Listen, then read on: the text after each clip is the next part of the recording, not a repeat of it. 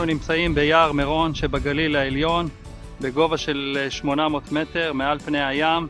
אנחנו נמצאים בחלקה שנקראת יער קדיטה, חלקה חדשה שניטעה בשנת 2012.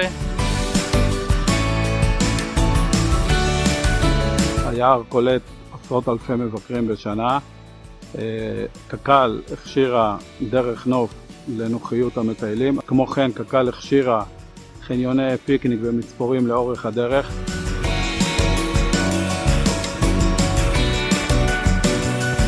ביער קדיטה ניטעו 200 דונם של עצי חורש מקומיים.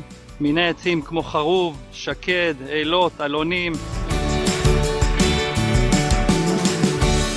השטח הזה הוא נטייה מאוד ייחודית. בעצם כל עץ מקבל גידור בנפרד, וזה מאפשר לראייה של פרות בעצם לראות בשטח, להפחית את הסיכון של שריפות על ידי אכילת העשבייה, ולא לפגוע בשתילים החדשים. כמו כן, יש לנו פה מערכת השקיה לכל עץ, כל שתיל מקבל תמיכה של השקיה במשך 3 שנים. תוך כמה שנים, כשהיער יגדל מספיק, נוכל לשלב פה ביער אתרים לקליטת קהל, כדי לשרת פה את האנשים שמטיילים פה באזור.